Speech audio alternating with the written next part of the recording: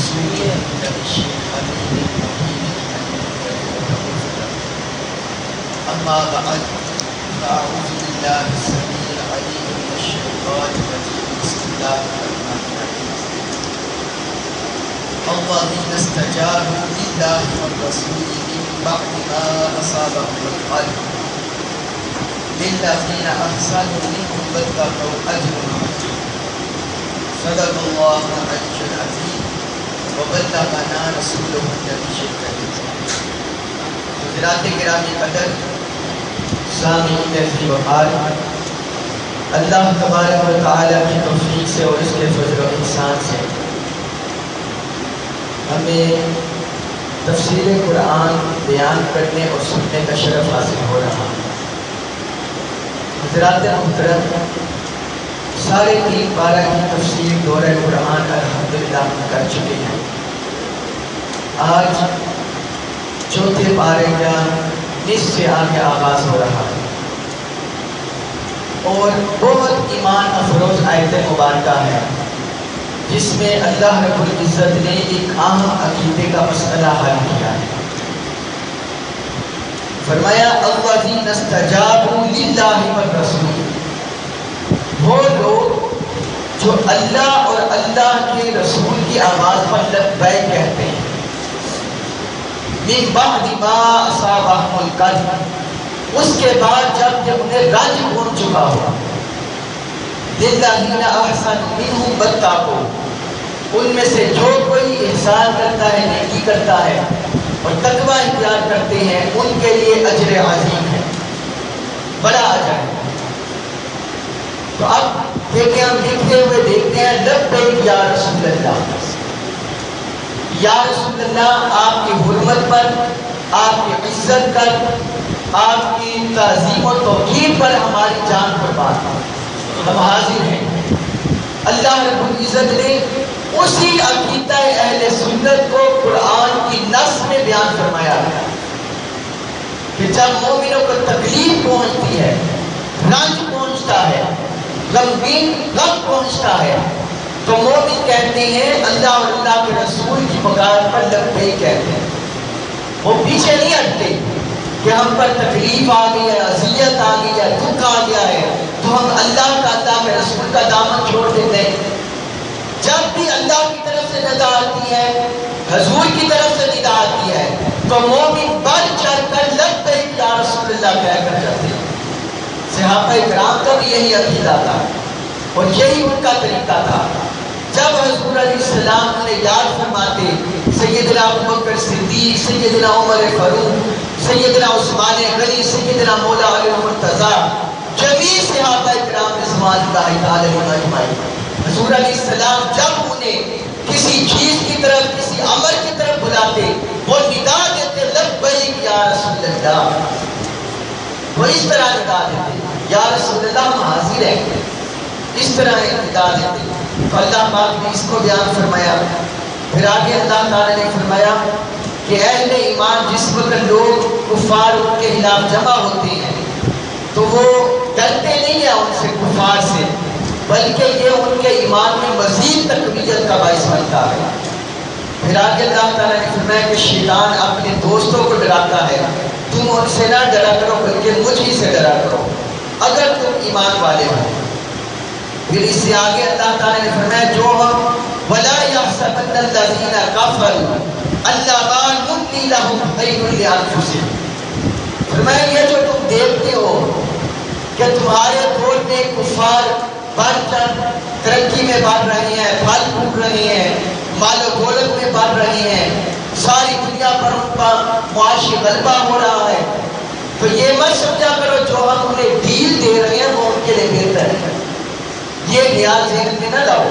انما نملی لهم لیزدادوا اثما، یہ ہم انہیں اس لیے ڈیل دے رہے ہیں تاکہ وہ گناہ میں مزید بڑھے، گناہ میں بڑھتے جائیں، گناہ میں بڑھتے جائیں، گناہ میں بڑھتے جائیں.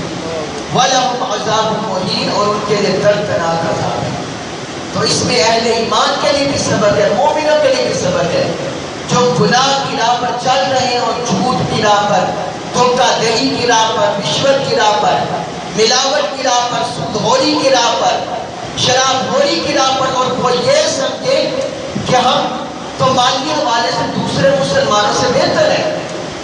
ارے نادان، اسے معلوم ہونا چاہیے کہ یہ معاذ اللہ اللہ کی طرف سے اسے ڈیل ہے، یہ اسے ڈیل دی جا رہی ہے کہ اپنی اس راہ کو چھوڑ کر حق کی راہ کی طرف آ جاؤ، اس راہ کو ترک کر کے ہدایت کی راہ پر آ جاؤ۔ تو یہ ڈیل دی جاتی ہے اللہ کی طرف سے۔ پھر آگے اللہ تعالیٰ نے ایک اور بیان فرمایا، وَمَا كَانَ اللَّهُ لِيُطْلِعَكُمْ عَلَى الْغَيْبِ وَلَٰكِنَّ اللَّهَ يَجْتَبِي مِن رُّسُلِهِ مَن يَشَاءُ۔ سورہ آل عمران کی آیت نمبر 79 ہے۔ جس طرح ہم پیچھے درس میں پڑھ رہے ہیں کہ اللہ تبارک و تعالیٰ نے فرمایا، اے ایمان والو تم اسلام میں پورے کا پورے داخل ہو جاؤ۔ پڑھ رہے ہیں نا حاجی صاحب، اسلام میں پورے کے پورے داخل ہو جاؤ۔ اب جو بندہ اسلام کا تھوڑا حصہ اپنے من مانی کے مطابق لے لیتا ہے، باقی اسلام کو چھوڑ دیتا ہے، وہ ناقص ہے، وہ اسلام میں کامل نہیں ہے، وہ خارج ہے۔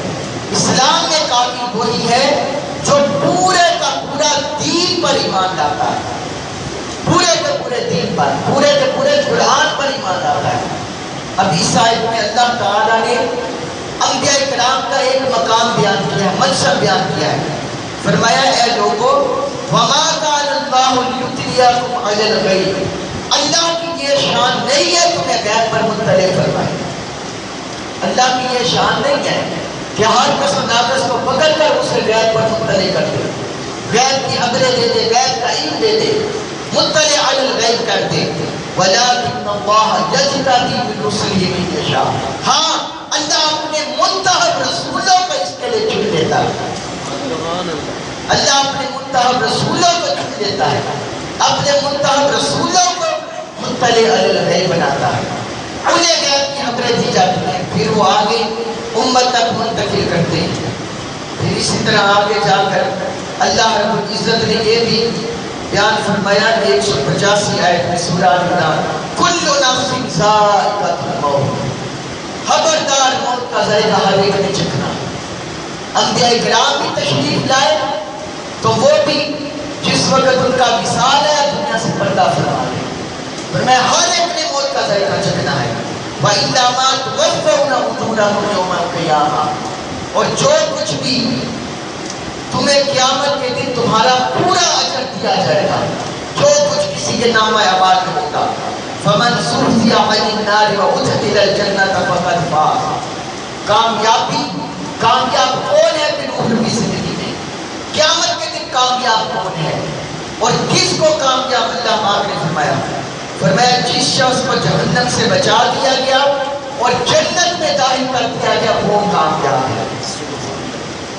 تو دنیا کی زندگی دوستوں بزرگوں میرے بھائیوں، دنیا کی زندگی یہی دو جملوں پر قائم ہے کہ ہم آج دنیا کی زندگی میں یہ تیاری کریں کہ قیامت کے دن جہنم سے بچا لیے جائیں اور جنت میں داخل کر دیا جائے، حضور علیہ السلام کی قربت نصیب ہو جائے، آقا علیہ السلام کی رحمت نصیب ہو جائے، اللہ کا فضل و کرم ہمیں قیامت کے دن نصیب ہو جائے۔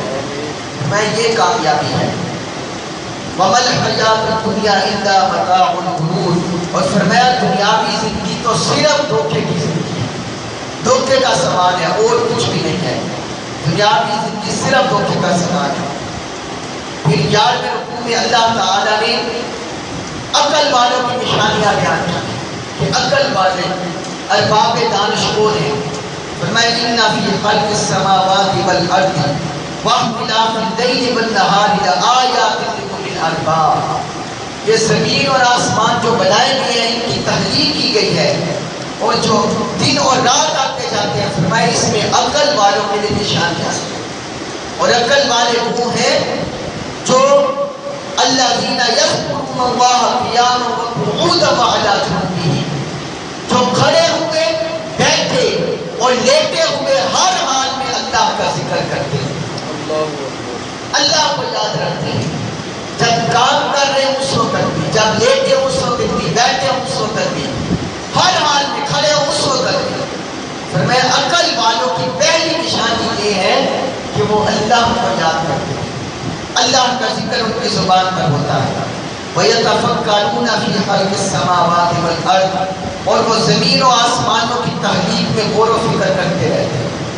وہ سمجھتے ہیں، عرض کرتے ہیں ربنا ما خلقت هذا باطلا، یا اللہ جو تو نے زمین اور آسمان کا نظام قائم کیا ہے، تخلیق کیا، یہ کوئی باطل نہیں ہے، یہ تو نے کوئی عبث پیدا نہیں کیا، ان کا کوئی مقصد ہے، وہ اس حقیقت کو جانتے ہیں. پھر آگے سورہ آل عمران کی آخری آیت میں اللہ پاک نے اہل ایمان کو بڑی جامع نصیحتیں فرمائی ہیں. فرمایا یا ایھا الذین آمنوا اصبروا وصابروا ورابطوا واتقوا اللہ لعلکم تفلحون. اے ایمان والو، مشکلات میں صبر کرو، مشکلات میں صبر کرو، وصابروا، اور چستی سے اللہ کے احکام میں ڈٹے رہو، ورابطوا، اور کفار مشرکین دشمنان اسلام کے خلاف تم اپنی صفیں درست رکھو، تم اپنی تیاری رکھو. واتقوا اللہ، چوتھا فرمایا اللہ کا تقوی اختیار کرو. کیا نصیحتیں فرمائی؟ ثابت قدمی، صبر ہو، مشکلات کا صبر ہو، اللہ کے احکام پر ڈٹے رہنا ہو، دشمنان اسلام کے خلاف جمے رہنا ہو، اور اللہ کا تقوی. فرمایا جب یہ چیزیں اختیار کر لو گے لعلکم تفلحون، شاید تم کامیاب ہو جاؤ، شاید تم کامیاب ہو جاؤ. اس کے بعد اللہ رب العزت نے نزول قرآن ترتیب میں سورۃ النساء شروع ہوتی ہے. نساء کہتے ہیں عورتوں کو، عورتیں مانا ہے النساء خواتین. اب دیکھیں یہ قرآن اور اسلام کا خواتین کے حق میں کتنا عظیم پیغام ہے. وہ عورت جسے زمانہ جاہلیت میں اور اب بھی جسے معاذ اللہ پاؤں کی جوتی برابر عزت دی جاتی ہے کئی مذاہب میں اب بھی، اور زمانہ جاہلیت اس دور میں بچیوں کا زندہ درگور کیا جاتا تھا. مردوں کے ساتھ، مرنے والے مردوں کے ساتھ عورت کو بھی زندہ دفن کر دیا جاتا تھا. اور جن عقائد میں، مذاہب میں یہ تصور ہے جلانا، وہاں زندہ عورت کو جلا دیا جاتا تھا مردوں کے ساتھ. جو فوت ہو گیا اسے جلایا گیا، عورت کو بھی جلا دیا گیا. شادی بیاہ میں اسے کوئی حقوق حاصل نہیں تھے. جہاں ماں باپ نے باندھ دیا بس وہی جانا. مہر کا اس کا کوئی تصور نہیں تھا، حق مہر کوئی تصور نہیں تھا، اور مالی حوالے سے اسے کوئی ملکیت کا تصور نہیں تھا، کوئی اسے مالک نہیں بنا سکتا تھا. مگر اسلام نے عورتوں پر یہ کرم فرمایا، فضل فرمایا. اللہ پاک نے پوری سورت کا نام ہی سورۃ النساء رکھا. تعظیم ہے سورت کا نام ہی اللہ پاک نے تعظیم رکھ دیا.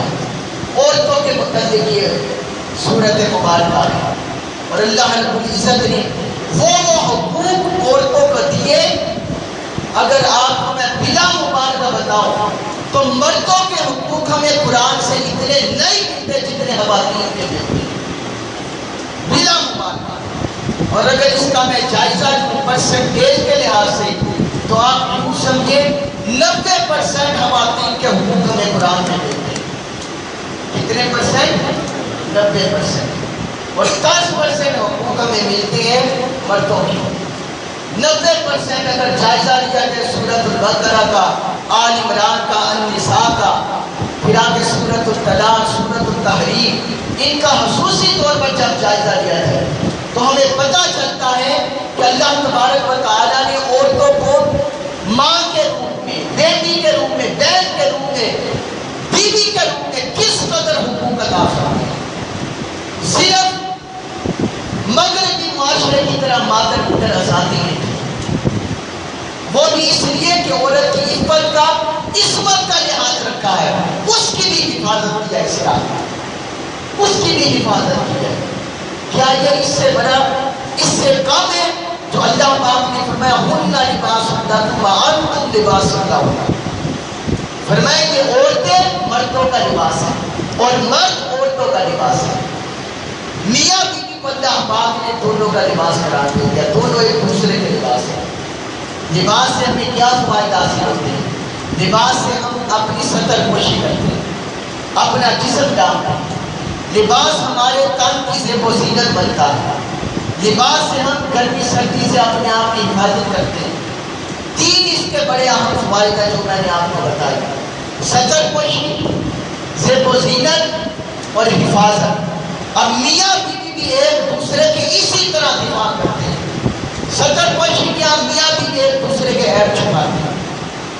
زیب و زینت کس طرح میاں بیوی ایک دوسرے پر کیچڑ نہیں اٹھاتے، ایک دوسرے پر لان تان نہیں کرتے، وہ ایک دوسرے کی عزت اشتہار بڑھاتے ہیں، ایک دوسرے کی عزت بڑھاتے ہیں دوسرے کے آگے، ایک دوسرے کا مرتبہ نہیں بڑھاتے. اور حفاظت کس طرح میاں اپنی بیوی کی عزت کی حفاظت کرتا ہے اور بیوی اپنے میاں کی مال کی حفاظت کرتی ہے، اس کی عزت سے تحفظ کرتی ہے، اس کی عدم موجود ہے. تو اس طرح کی بات ہے. پھر دیکھیں تو سورۃ البقرہ میں ان کے حقوق بیان کیے گئے. والدہ جانتی ہے بچے کو، پیدا کرتی ہے، لیکن آگے سارے حقوق وہ والد کے ذمہ ہیں. کس کے ذمہ ہے؟ والد کے ذمہ. حتیٰ کہ جو بیوی بچے کو دودھ پلاتی ہے، قرآن کہتا ہے اس کا حج بھی میاں بیوی کو ادا کرے. اگر بیوی انکار کرتے میں نے نہیں پلانا تو مرد اس پر جبر نہیں کر سکتا، مرد اس پر جبر نہیں کر سکتا. ویسے عورتوں پر واجب ہے کہ وہ بچے کو دودھ پلائے 2 سال، لیکن مرد اسے مجبور نہیں کر سکتا، سب بھی نہیں کر سکتا. پھر بچے کا اور بیوی کا کھانا پینا لباس وہ بھی قرآن نے سارا مردوں پر واجب کیا. اور یہاں تک فرمایا وَلَهُنَّ مِثْلُ الَّذِي عَلَيْهِنَّ بِالْمَعْرُوفِ. عورتوں کے مردوں پر اسی طرح حقوق ہے جس طرح مردوں کی عورتوں پر واجبات ہیں، جس طرح مردوں کی عورتوں پر واجبات ہیں. اب قرآن سورۃ النساء میں بھی اسی طرح بیان کیا لِلرِّجَالِ نَصِیبٌ مِّمَّا تَرَکَ الْوَالِدَانِ وَالْأَقْرَبُونَ وَلِلنِّسَاءِ نَصِیبٌ مِّمَّا تَرَکَ الْوَالِدَانِ وَالْأَقْرَبُونَ مِّمَّا قَلَّ مِنْهُ أَوْ كَثُرَ نَصِیبًا مَّفْرُوضًا. یہ سورۃ النساء آیت نمبر 7 ہے. فرمایا جو کچھ والدین رشتہ دار مال چھوڑ جائیں مردوں میں اس کا حصہ ہے، اور اسی طرح جو والدین رشتہ دار مال چھوڑ جائیں عورتوں کا بھی اس میں حصہ ہے. مما قل منه کثر، چاہے وہ تھوڑا ہو یا زیادہ. نصیب مفروضہ، اللہ پاک نے فرمایا یہ حصہ ہماری طرف سے مقرر کیا ہوا فرض ہے. اب اگر ہم اپنے معاشرے میں حال دیکھیں تو یہاں کیا ہوتا ہے، کم ہو یا زیادہ ہم اس میں عورت کو کم ترجیح دیتے ہیں. یہ ہے یا نہیں؟ اسی طرح عورت کو کم ترجیح دیتے ہیں، ماں کو، بیوی کو، بہن کو، بیٹی کو کم ترجیح پر رکھتے ہیں مالی حیثیت سے. لیکن اللہ پاک نے یہ سورۃ النساء آیت نمبر 7 آپ کے سامنے جو مردوں کا فرمایا کہ والدین رشتہ دار چھوڑ جائے مردوں کا اس میں حصہ ہے، وہی الفاظ عورتوں کے لیے استعمال فرمائے کہ جو والدین رشتہ دار چھوڑ جائے عورتوں کا بھی اس میں حصہ ہے، چاہے وہ مال تھوڑا ہو یا زیادہ. تو ملکیت کا حق قرآن نے عورتوں کو دیا. پھر آگے جو پورا ایک رکوع ہے سورۃ النساء کا دوسرا رکوع، اس میں وراثت کے تفصیلی احکام اللہ پاک نے بیان فرمائے. اس میں بہن ہونے کی حیثیت سے ان کا حصہ مقرر، بیٹی ہونے کی حیثیت سے حصہ مقرر، ماں ہونے کی حیثیت سے حصہ مقرر، بیوی ہونے کی حیثیت سے حصہ مقرر. حتیٰ کہ اگر کسی شخص کی نہ ماں باپ ہے نہ اولاد ہے، بہنیں ہیں، فرمایا وہ بھی بہنوں کا حصہ جائے گا. اگر بہنیں ہیں نہ اس کی اوپر ہے اصول میں والدین، نہ نیچے فروغ ہے اس کی اولاد ہے، بہنیں ہیں، فرمایا بہنوں کو حصہ تو مال میں سے. وراثت کے یہ قانون اللہ پاک نے بیان فرمایا. اور پھر یہاں تک بیان فرمایا ان کی شادی بیاہ کے وقت خبردار یاد رکھو کہ جب تم انہیں وَإِنْ أَرَدْتُمْ اسْتِبْدَالَ زَوْجٍ مَكَانَ زَوْجٍ وَآتَيْتُمْ إِحْدَاهُنَّ قِنطَارًا فَلَا تَأْخُذُوا مِنْهُ شَيْئًا. قرآن نے دیکھے کتنا حق دیا ہے عورت کو. فرمایا اگر تم میں سے اپنی ایک کو چھوڑ کر دوسری بیوی کے پاس جانا چاہے، اسے بدلنا چاہے، پہلی کو چھوڑ دے تو خبردار، جو کچھ بھی تم حق محل کی صورت میں اگر اسے ڈیروں مال بھی دے چکے ہو تو اس میں سے کچھ بھی واپس نہ دو۔ ڈیروں مال بھی دے چکے ہو، کوئی 10,000 دے چکا ہے، 50,000 حق محل لکھا چکا ہے، لاکھ لکھا چکا ہے، 10 لاکھ لکھا چکا ہے، میں جتنا بھی لکھا چکے ہو خبردار اس میں سے ایک پائیں گے۔ یہ عورت کو حق دیا ہے اللہ پاک نے، اور پھر اللہ تعالیٰ نے 13 حرمت والے رشتوں کو بیان کیا ہے۔ چوتھے پارے کے آخر میں یہ عورت کی تقدیس ہے، عورت کی عزت ہے، عورت کی حرمت ہے جو اللہ پاک نے بیان فرمایا۔ فرمایا تمہاری مائیں تم پر حرام ہے، ان سے نکال کر، تمہاری بیٹیاں، تمہاری بہنیں، تمہاری پھوپھیاں، تمہاری خالائیں، تمہاری بھتیجیاں، تمہاری بانجیاں، اور تمہاری رضائیں مائیں، تمہاری رضائیں بہنیں، اور وہ عورتیں جو تمہاری بیویوں کی مائیں، تمہاری ساسیں، اور پھر وہ عورتوں، ان عورتوں کی بیویاں جو تم سے شادی شدہ، ان کی اولاد، ان کی بیٹیاں جو ان کی گود میں ہیں، اور اسی طرح فرمایا جو تمہارے بیٹوں کی منقوہ ہے وہ بھی تم پر حرام ہے۔ اور پھر 5واں جو پارا ہے اس میں یاد تک فرمایا جو کسی اور کی شادی شدہ عورتیں وہ بھی تم پر حرام ہے۔ دیکھیں قرآن نے کیسے حفاظت کیا عورت کی اور کتنے حقوق بیان فرمائے۔ اور پھر اس میں اللہ تعالی نے سورۃ النساء 5ویں پارے میں پھر دوبارہ فرمایا للرجال نصیب مما اکتسبوا وللنساء نصیب مما اکتسبن۔ فرمایا عورتوں نے، مردوں نے جو کچھ کمایا ان کا اس میں حصہ ہے، اور عورتوں نے جو کچھ کمایا ان کا اس میں حصہ ہے۔ اب اس کی تفصیل 2 طرح آئمہ نے کی ہے۔ پہلی انہوں نے کی کہ جتنے اعمال صالحہ مردوں نے کیے ان کو اس کی جزا ملے، اور جتنے بھی اعمال صالحہ عورتوں نے کیے ان کو اس کی جزا ملے۔ یہ نہیں ہوگا کہ عورتیں نمازیں پڑھتے رہے، روزہ رکھتے رہے، حج کرتے رہے، عمرہ کرتے رہے، انفاق فی سبیل اللہ کرتے رہے، اور مرد گپے مارتا رہے، مرد سوتا رہے، مرد اپنا ٹائم ضائع کرتا رہے، تو عورتوں کے اعمال پکڑ کے مردوں میں ڈال دیں، یہ ضرور نہیں۔ جو اعمال صالحہ مرد کریں گے ان کو اس کی جزا ملے گی، اور جو عورتیں کریں گی ان کو اس کی جزا ملے گی۔ دونوں کو ان کے اپنے کمایا ہوا اس کی جزا کے مطابق ملے گا، ان کا حساب ہے۔ ایک یہ اس کی تفسیر ہے، اور دوسری اس کی تفسیر جو آج کل کے بعض علماء نے یہ بھی کی کہ اس سے مراد یہ بھی ہے کہ مرد جو اپنی تجارت کرتے ہیں، کاروبار کرتے ہیں، اسی طرح عورتوں کو بھی حق ہے، وہ بھی تجارت کر سکتی ہیں، وہ بھی جس طرح آپ دیکھیں سیدہ خدیجہ کبریٰ رضی اللہ عنہا تاجرہ کی ایماندار تھی۔ پھر اور بات سے تابعات کا ہمیں پتہ چلتا ہے کہ وہ تاجرہ تھی، اور اسی طرح خرید و فروخت میں حصہ لیتی تھی، تو اللہ پاک نے اس کی بھی مردوں عورتوں کو چھوٹ دی ہے۔ باقی پردے کے وہی کام ہوگے جو دیگر ہے۔ پھر آگے اللہ تعالیٰ نے فرمایا یہاں ایک اور مسئلہ بھی اللہ پاک نے ذکر کیا ہے سورۃ النساء آیت نمبر 34 میں، وَاللَّاتِي تَخَافُونَ نُشُوزَهُنَّ فَعِظُوهُنَّ وَاهْجُرُوهُنَّ فِي الْمَضَاجِعِ وَاضْرِبُوهُنَّ۔ میاں بیوی کے درمیان جب کلش ہو جاتی ہے، اور میاں جو عورت کی سرکشی نافرمانی تو اس سے خوف ہوتا ہے، تو اللہ پاک نے فرمایا 3 طرح کے اس کے ساتھ سلوک کرو۔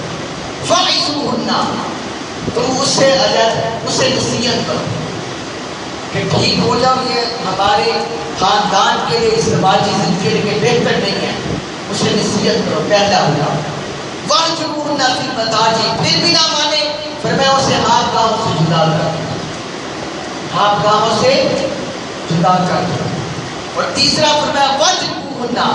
اب عربی زبان اتنی وسیع زبان ہے، اس کا معنی ایک ہی جگہ ہر جگہ فٹ نہیں ہوتا۔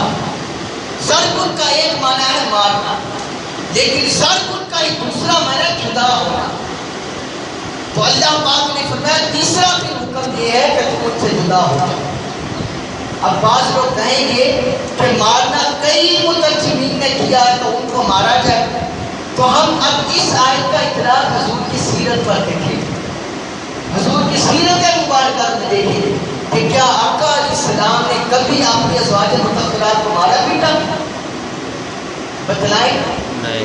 کوئی ایک سیرت النبی صلی اللہ علیہ وسلم کا ہمیں ایک گوشہ بھی نہیں ملتا کہ حضور علیہ السلام نے اپنی ازواج مطہرات میں سے کسی کو بھی ذرہ پر ہاتھ اٹھایا نہیں ملتا۔ اس پر ساری حضور کی سیرت خاموش ہے۔ اس سے بڑھ کر کیا واقعہ ہوگا؟ ایک مرتبہ حضرت ام سلمہ غالباً رضی اللہ عنہا انہوں نے حضور علیہ السلام کو کچھ حلوہ یا کوئی چیز پکا کر دیکھی، ایک رکعتی کھالی۔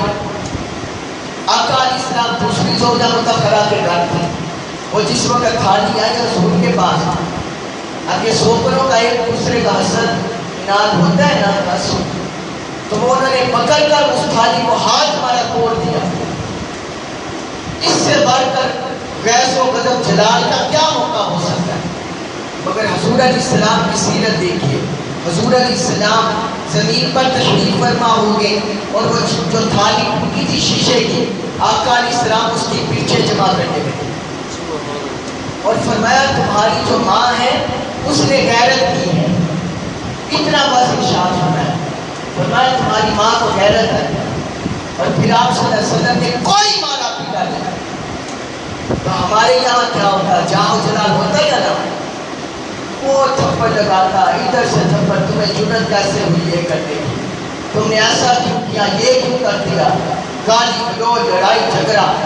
مگر حضور کی سیرت ہے، ہم جن نبی کا محبوب، نبی کا اللہ کے حبیب کا کلمہ پڑھتے ہیں، ان کا یہ درس نہیں ہے، ان کا یہ درس ہے۔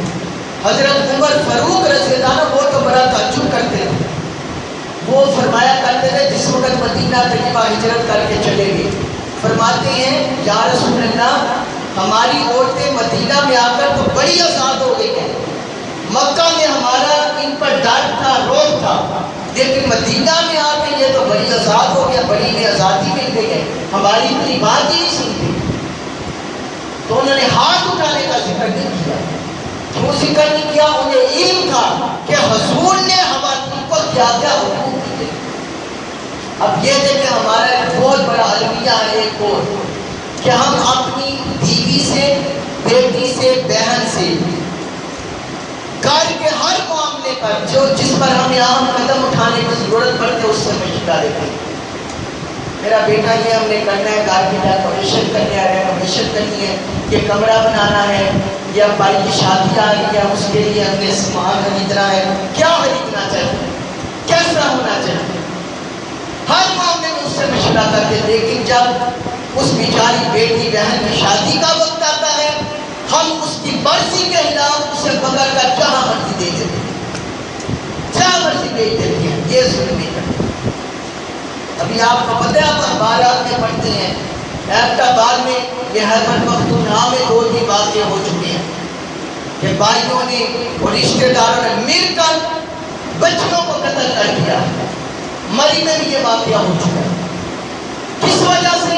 وہ اپنی پسند کی جگہ شادی کرانا چاہتے ہیں، وہ چاہتی تھی کہ جہاں میری پسند ہے وہاں شادی ہو، وہ ناپسند نہیں کرانا چاہتے۔ حضور علیہ السلام صحیح بخاری صحیح مسلم کی حدیث ہے، آقا علیہ السلام سے پوچھا گیا، عرض کیا گیا یا رسول اللہ کیا بیوہ سے اس کی شادی کی اجازت طلب کی جائے گی؟ آپ صلی اللہ علیہ وسلم نے فرمایا ہاں اجازت طلب کی جائے گی۔ پھر آپ صلی اللہ علیہ وسلم سے پوچھا گیا، عرض کیا کہ یا رسول اللہ کیا آپ کو ہماری بچی سے اجازت طلب کی جائے گی؟ فرمایا ہاں اس کی بھی اجازت دی جائے گی۔ یہ بھی پوچھا گیا یا رسول اللہ وہ تو خاموش رہتی ہے، بولتی نہیں ہے، شرم و حیا سے، تو آپ صلی اللہ علیہ وسلم نے فرمایا اس کی خاموشی اس کی اجازت ہے۔ اگر آپ کی بہن بیٹی آپ کی پرپوزل پر کیوں مقیہ کرے، جب بھی ہو تو آپ سمجھیں تو اس کی ناپسند ہے، وہ وہاں رضامند نہیں۔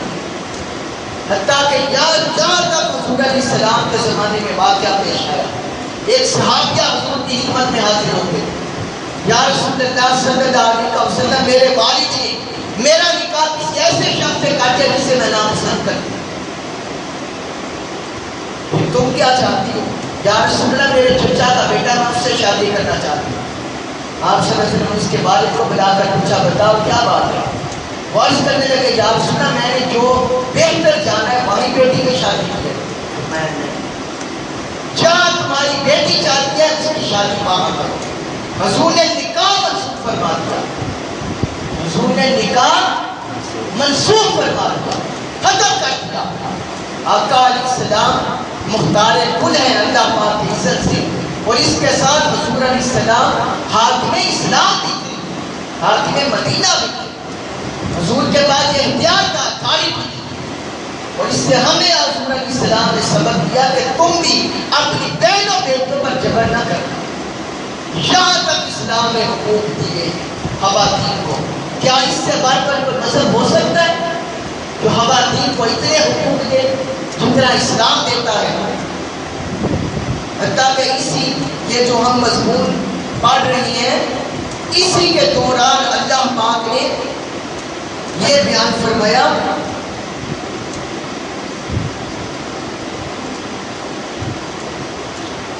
یہی ذکر کیا ہے اللہ پاک نے